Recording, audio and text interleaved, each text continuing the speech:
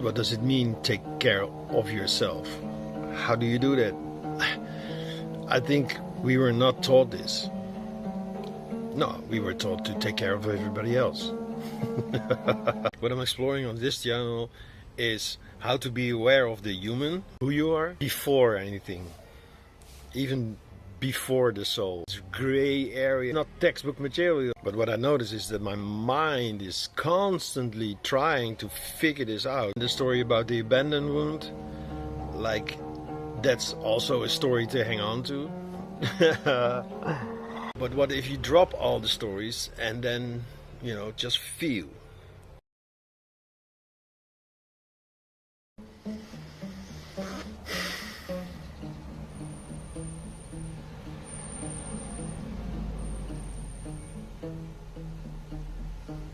So how do you actually do that? Take care of yourself. In yesterday's video I shared the inside of someone's grandmother. Like, if everybody takes care of themselves, then everybody is taken care of. But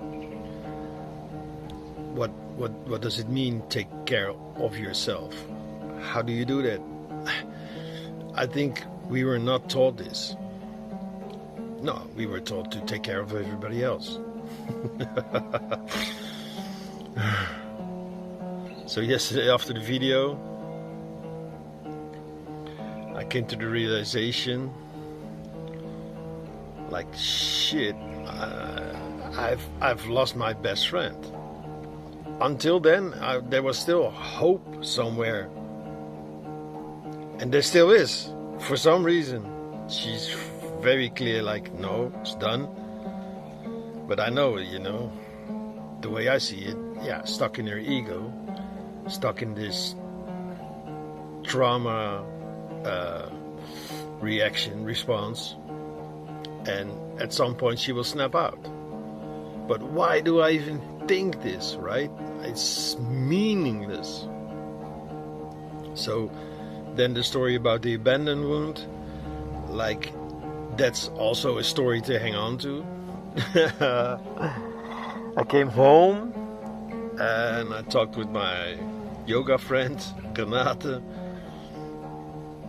And yeah,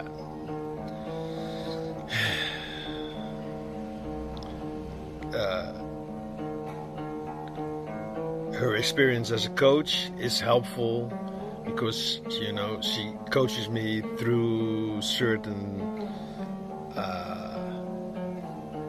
to look beyond the stories, to go into the feeling.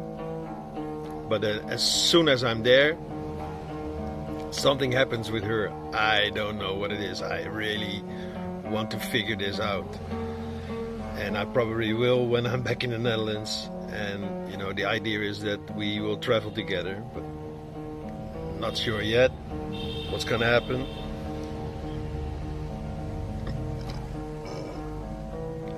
So she helped me to see the abandoned wound in myself. And then I was like, whoa, pain in my heart. And yeah, apparently I feel safe enough with her. And I feel safe enough with myself, you know, in my own room, laying on my bed. And I could really, you know, go to the pain. And it was horrible, it was heavy. And then I also felt my solar plexus, like, and it was like, well, you cannot see it on camera. It was, I was shaking, and then she said, okay, go be with yourself, you know, go do your thing, bye. I'm very curious if I'm with her physically, is she gonna do the same? Like, okay, so now you're on your own, like, I'm gonna finish my work.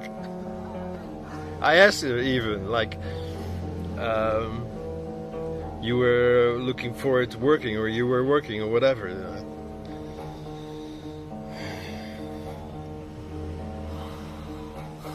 It's funny, I was going through the abandoned wound, and then she pretty much abandoned me. These stories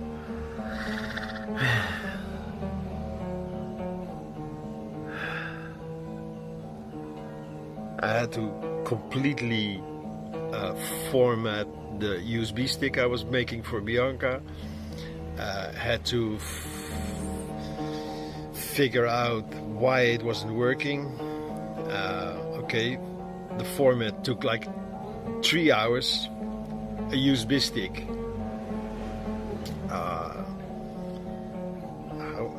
I don't know how big it is. The size. Can I see this here? No. Sorry.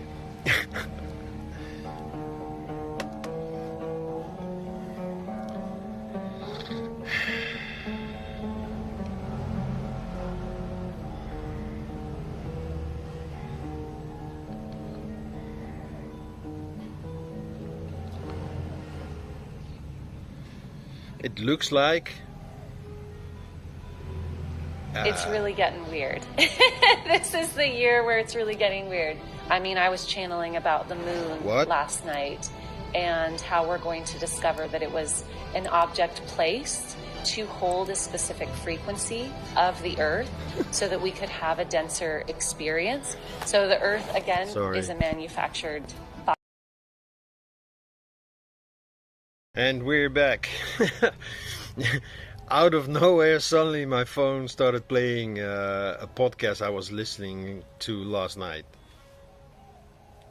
Yeah.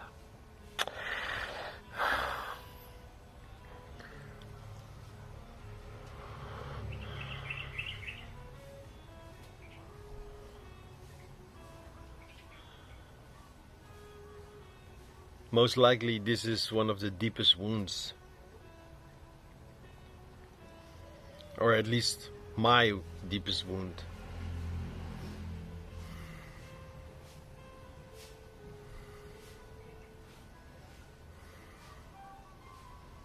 One memory keeps popping up of me, you know, we were living with the four of us, my mom, my stepdad, my brother and me in a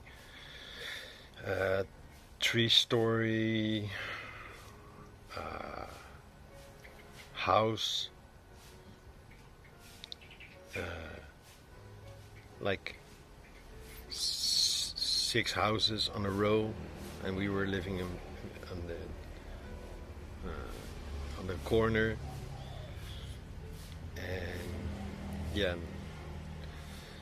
first floor is living room, hallway, toilet and kitchen, and on the second floor 3 bedrooms and a bathroom with toilet. And my brother was in the attic. There was like a storage space and a room. And I remember that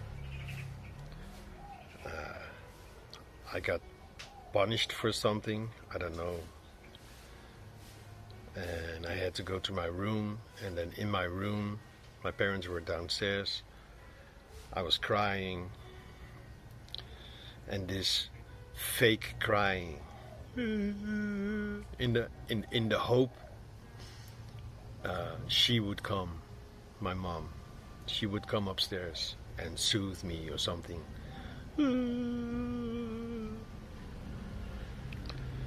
But she didn't hear me. She didn't come. They probably thought I was okay. I was just sleeping, probably.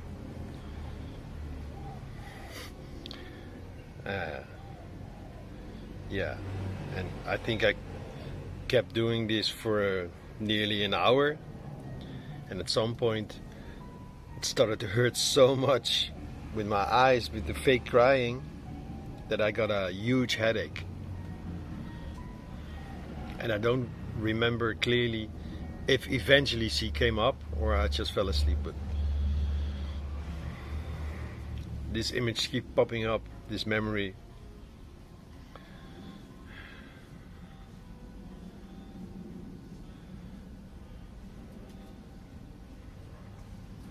when you're so vulnerable as a small child, as a kid, so dependent, and the one you were dependent on, my mother, because my stepdad, sorry dude, I never really accepted you for some reason. And now I can look back at it and understand bits and pieces of it. I mean, my dad, my biological dad, died when I was 3, so I don't really remember the dude. And yeah. Then my stepdad entered, but on a soul level or on a energetic level, I never accepted him. We started calling him dad because that's what children do, and my parents like, okay, that's nice, and I think that's wrong. They should have said, listen, no, your father is dead. But yeah, who can blame them, right? I think they were just happy that things were moving on. I'm still not sure if this, I guess this is part of my trauma.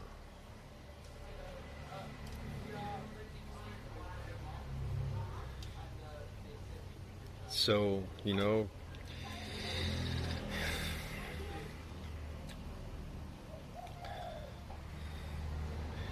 I think the generation of my parents, and most of you will recognize this, with your parents, even though they're probably from a different generation, but yeah, my generation, my parents' generation was like, you never talk about trauma, you never talk about these things, because in general people don't know, these people, they don't know what trauma actually is. You know, they've never been to a therapist unless there was like really something wrong. But in general, the after-war generation, I call them, they're just in survival mode, you know. Their parents went through horrible things, and yeah, so everybody was just happy that it was finally something, finally life was better again or good again. No, everybody was heavily traumatized. I think pretty much all my grandparents had severe PTSS, post-traumatic something. PTSS, post-traumatic something.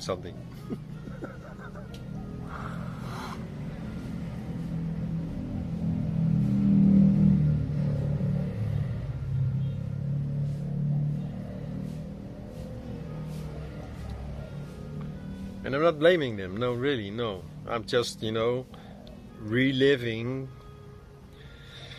this human condition of being traumatized. And what do you do? How do you deal with this? In general, people just go to work every day or take care of the kids every day.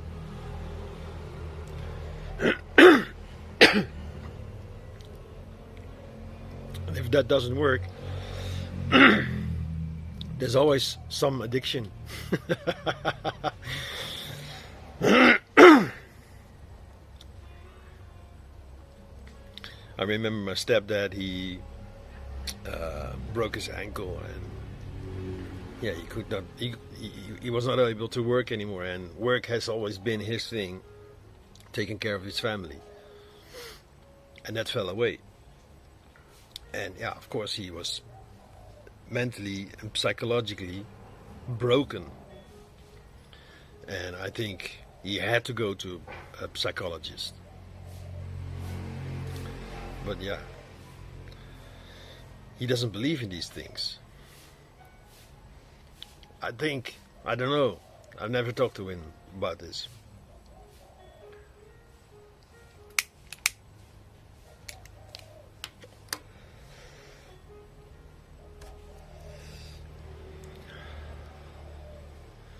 Most men of his generation, they don't know how to deal with emotions, especially with grief. And I think a lot of people don't handle emotions that well. Like, really be with the emotion. Yesterday, same with me. I went through deep pain. There was not emotions. No, there were deep feelings. Like really deep hurt. And of course, something in me wanted someone to hang on to or someone to be there for me. Because that's the abandonment wound. I had to be with me. And so I did. Of course, my mind was looking for distraction immediately. Well, not immediately. The moment my mind noticed, my human noticed, Renate is like,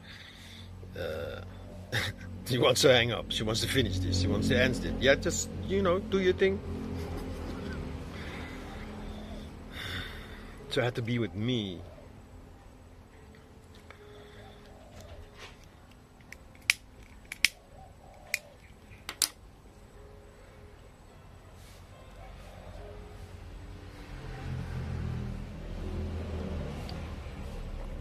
Yeah, and I'm not preaching. No, I mean smoking, yeah, really bad. Drinking coffee, yeah, really bad. Doesn't matter. What I'm exploring on this channel, for those who are new and still watching, what I'm exploring on this channel is how to be aware of the human, of your person, of your personality, of your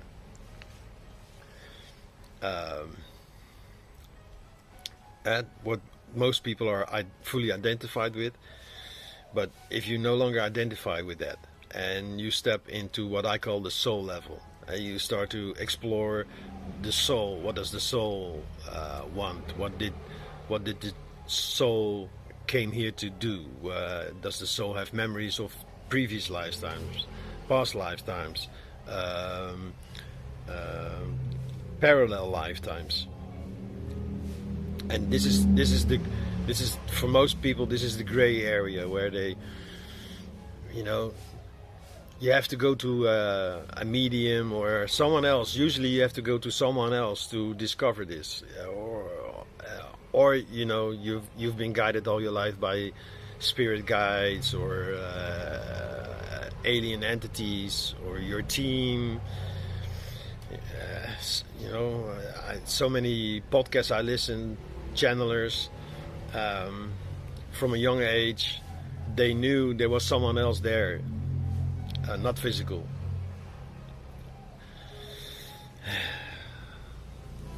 I've always known there's such thing as guides, but yeah, because I was raised in a family that don't believe in any of this crap. And yeah, probably most of you who are watching also, you had to figure it out all on your own. Even maybe you don't even know. And then you can do plant medicine and all these things. But still, it to me it feels like this gray area where, it's not textbook material. It's not like easy. It's not like you as a child at school you learned to do psychic reading or all these things. Talk with a leprechaun. Talk with the trees. No, we are so far removed from anything that is soul based. Everything is based on the person, either physical, so you go to a doctor, or emotional and you go to a therapist, or spiritual and you go to a shaman, or whatever. Weet je wel, it's Dutch.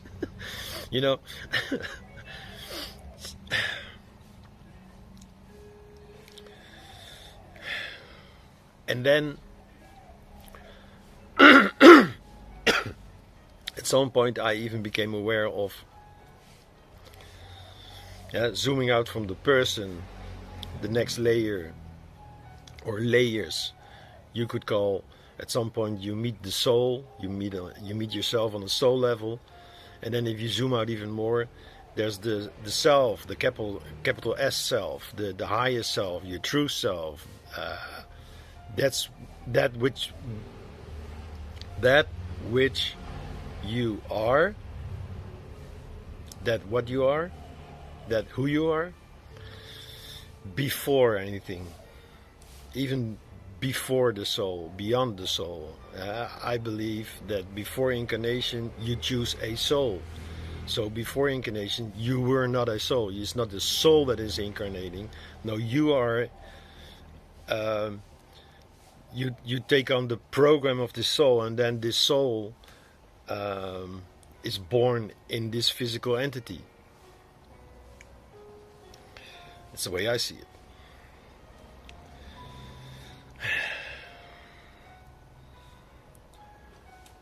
But what I notice is that my mind is constantly trying to figure this out, because I feel alone in this.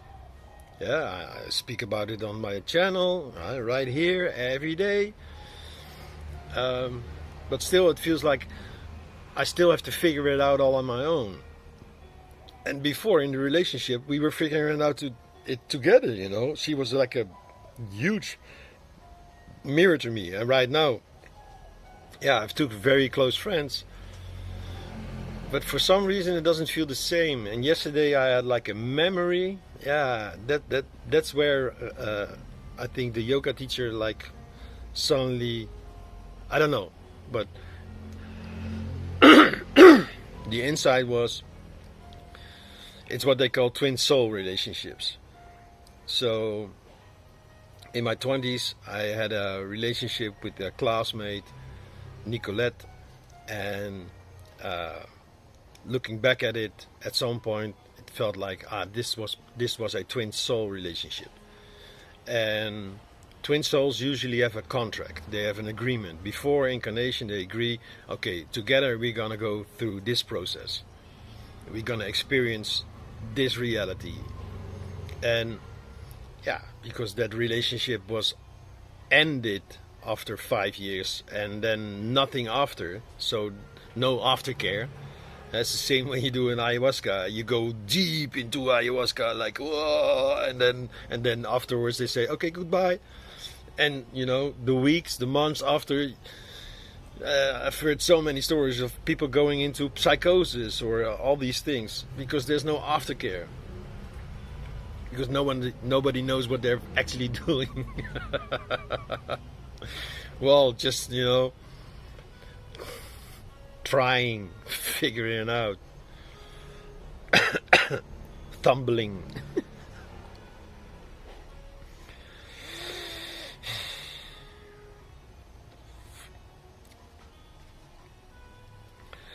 And then, yeah, Bianca to me feels like a twin flame relationship. And what I know about twin flame is that you go one level deeper on the twin soul. Yeah? The agreement is that you have to finish this. And now it feels like, and this is what something in me got very angry at the moment I realized it.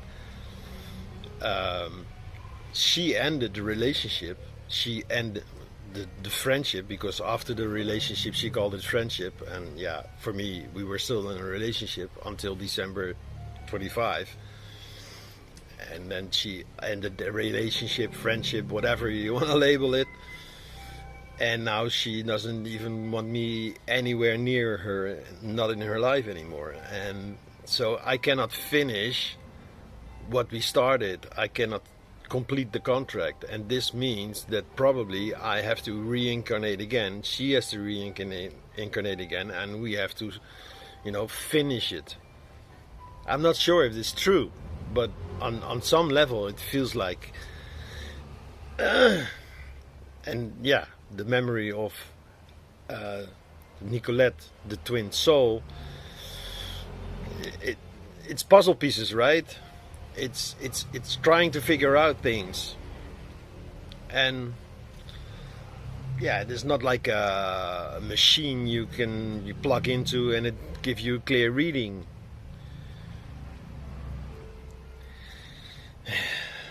It's just guessing. It's all we do all the time, guessing. And we humans have been doing this for ages because we've always been guessing what else is there. I mean, look at the sky, you see the stars, and yeah, are they really stars? You know, the flat earthers, they believe that like there's a ceiling with dots on it. It's fake, and beyond it there's nothing. Or you know, the whole concept of God or a creator or not a creator, just everything just exists. We're still figuring it out. Everything, we still have so much to figure out. So of course we are guessing. And then we create stories, and these stories, you know, they become real because we start to believe in these stories, we start to live these stories, and that's how we create the reality again and again and again, every moment. But what if you drop all the stories and then, you know, just feel? And this is what I've been trying for a long time. But yeah, it did help. I felt a huge release. But yeah, I expected, or something in me expects that, okay, now I had a release, so now everything's fine again. No, I slept horrible, slept really deep when I finally fall asleep, wake up really tired, sit here like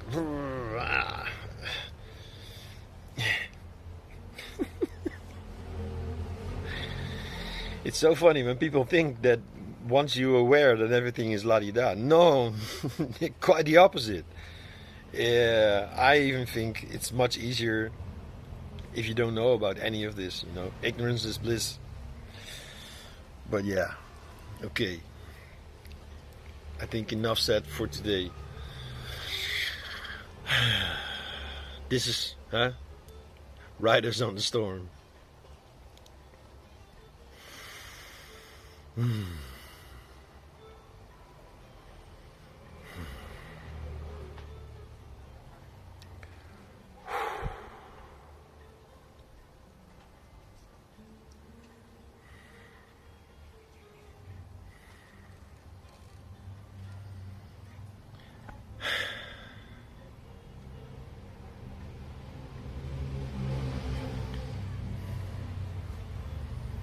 So yeah, to finish this video, I miss my buddy. I miss her next to me, figuring out stuff together.